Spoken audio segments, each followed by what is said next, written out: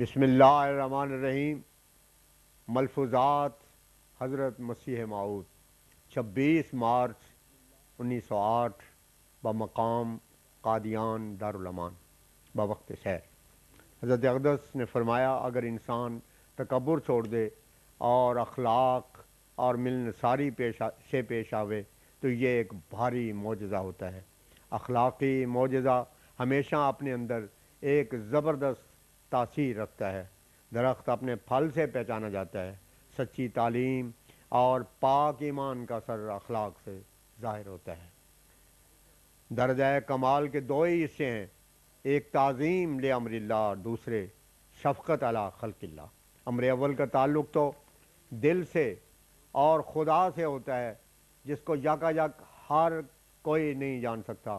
دوسرا پہلو چونکہ خلقت سے تعلق رکھتا ہے اور اول انسان کی نظر انسانی اخلاق پر پڑتی ہے، اس واسطے اس خلق کا کمال ایک بڑا بھاری اور شاندار معجزہ ہے۔ دیکھو حضرت صلی اللہ علیہ وسلم کی زندگی میں ایسے کئی نمونے پائے جاتے ہیں کہ بعض لوگوں نے محض آپ کے اخلاقی کمال کی وجہ سے اسلام قبول کیا۔ چنانچہ ایک دفعہ کا ذکر ہے کہ ایک مشرک عیسائی مہمان آیا، صحابہ اس کو اپنا مہمان بنانا چاہتے تھے، مگر حضرت صلی اللہ علیہ وسلم نے فرمایا کہ نہیں، یہ میرا مہمان ہے، اس کا کھانا میں لاؤں گا۔ چنانچہ اس مشرک کو حضرت صلی اللہ علیہ وسلم نے اپنے ہاں مہمان رکھا اور اس کی بہت خاطر تواضع کی اور عمدہ کھانے اس کو کھلائے اور عمدہ مکان اور اچھا بسترا اس کو رات بسر کرنے کے واسطے دیا، مگر وہ بوجہ کھانا زیادہ کھا جانے کے بد ہضمی کی وجہ سے رات بھر اسی کوٹری میں رفع حاجت کرتا رہا، مکان اور بسترا خراب کر دیا۔ صبح منہ اندھیرے ہی شرم کے مارے اٹھ کر چلا گیا، مگر جب حضرت صلی اللہ علیہ وسلم نے تلاش کی اور وہ نہ ملا تو بہت ہی افسوس کیا اور کپڑے جو نجاست سے آلودہ ہو گئے تھے خود اپنے دستے مبارک سے صاف کر رہے تھے کہ وہ اتنے میں واپس آ گیا، کیونکہ وہ اپنی ایک بیش قیمت صلیب بھول گیا تھا۔ اس کو آتے دیکھ کر حضرت صلی اللہ علیہ وسلم بہت خوش ہوئے اور اس سے کوئی اظہار رنج نہیں فرمایا، بلکہ آپ نے اس کی مدارات اور خاطر کی اور اس کے صلیب نکال کر اس کو دے دی۔ وہ شخص اس واقعہ سے اتنا متاثر ہوا کہ وہی مسلمان ہو گیا۔ اس کے سوا اور کئی ایسے واقعات اس قسم کے اعلیٰ درجہ اخلاق کے موجود ہیں۔ غرض یہ ہے کہ اخلاقی معجزہ صداقت کی ایک بڑی بھاری دلیل ہے۔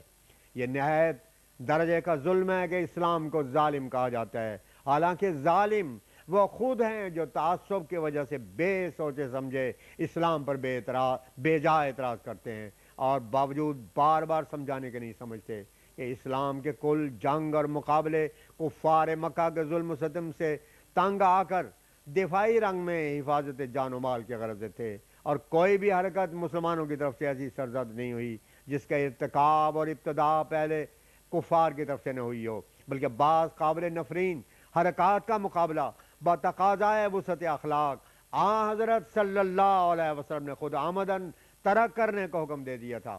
مثلا کفار میں ایک سخت قابل نفرت رسم تھی جو کہ وہ مسلمان مردوں سے کیا کرتے تھے، مگر حضرت صلی اللہ علیہ وسلم نے اس قبیح فعل سے مسلمانوں کو قطعاً روک دیا۔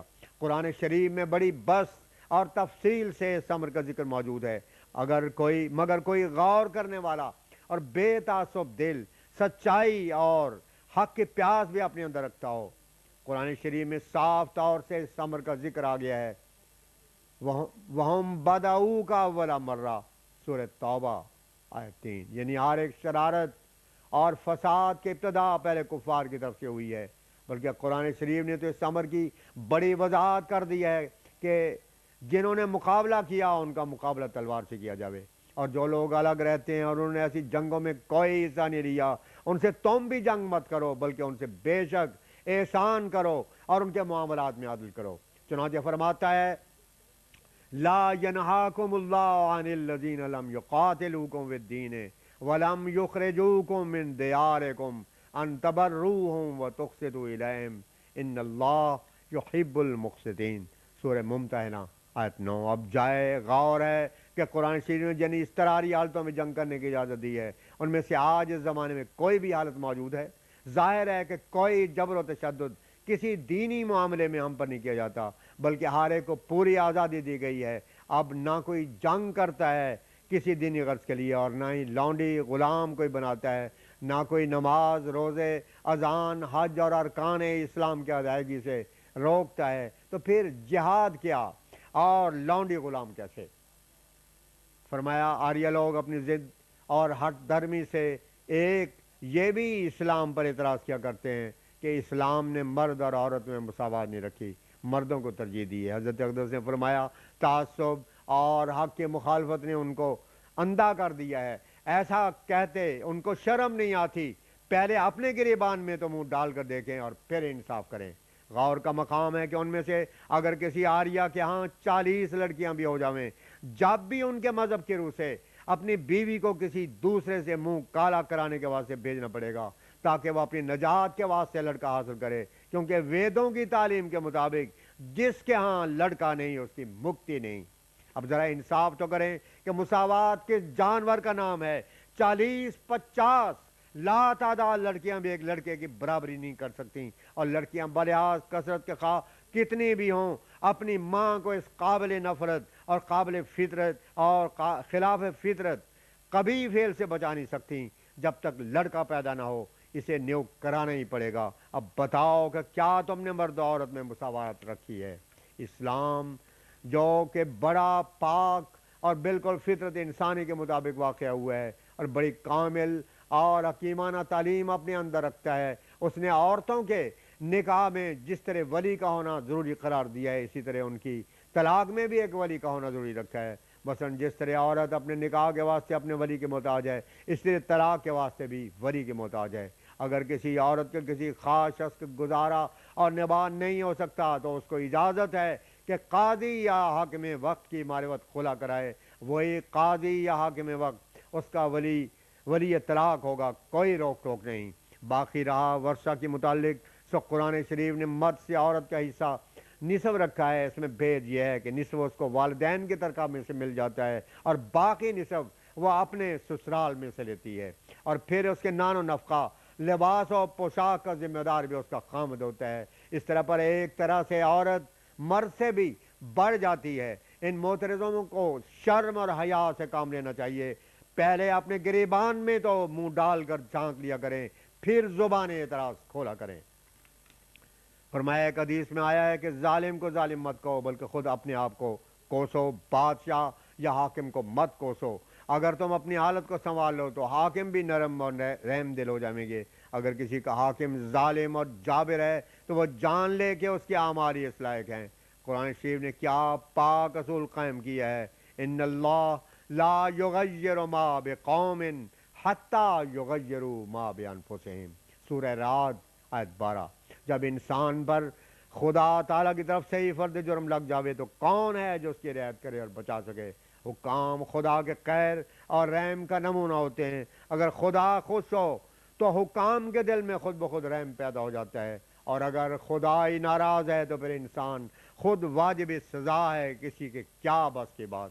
بس اگر تم اس دنیا میں آرام کی زندگی بسر کرنا چاہتے ہو تو خدا کی طرف جھک جاؤ اور اپنی اصلاح کرو اور پورے طور سے خدا کے ہو جاؤ۔ من کان للہ کان اللہ لہو۔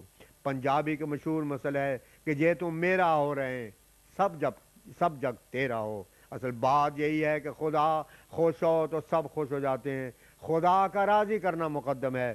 نادر شاہ کے حملے کے وقت دلی کے بعض عقل مندوں نے کیا خوب کہا ہے، شومیے اعمال ما صورت نادر گرفت۔ 29 مارچ 1908 قبل الظہر، ایک معزز صاحب جو حضرت حکیم الامت مولانا نور الدین صاحب کے دوستوں میں سے ہیں اور رامپور میں قیام رکھتے ہیں، رامپور سے کانگڑا تشریف لے جا رہے تھے۔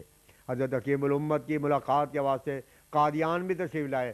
حضرت اقدس سے ملاقات ہوئی اور انہوں نے ذکر کیا کہ گرما کی شدت کی میں برداشت نہیں کر سکتا، اور تمام گرما اپریل سے نومبر تک کانگڑا میں جہاں میرے چائے کے باغ ہیں بسر کرتا ہوں، اور آج بھی واپس جانے کا ارادہ ہے کیونکہ میں گرمی کی برداشت نہیں کر سکتا۔ حضرت اقدس صلی اللہ علیہ وسلم نے فرمایا موسم تو کوئی بھی اللہ تعالیٰ نے بے فائدہ نہیں بنایا۔ آپ نے جہاں جسمانی تپش سے بچنے کا فکر کیا ہے اور آرام و آسائش کی راہیں سوچی ہیں، وہاں چند روز جہاں رہ کر روحانی تپش کی اصلاح کے واسطے بھی غور کریں۔ قبل عصر ایک شخص نے اپنی کچھ حاجات تاریخی طور سے پیش کی۔ حضرت اقدس نے پڑھ کر ارشاد فرمایا اچھا ہم دعا کریں گے۔ تو وہ شخص کسی قدر متحیر ہو کر پوچھنے لگا آپ نے میری ارداس کا جواب نہیں دیا۔ حضرت اقدس علیہ السلام نے فرمایا ہم نے تو کہا ہے کہ دعا کریں گے۔ اس پر وہ شخص بولا کہ حضور کوئی تعویذ نہیں کیا کرتے؟ حضور نے فرمایا تعویذ گنڈے کرنا ہمارا کام نہیں، تعویذ گنڈے کرنا ہمارا کام نہیں، ہمارا کام تو صرف اللہ تعالیٰ کے حضور دعا کرنا ہے۔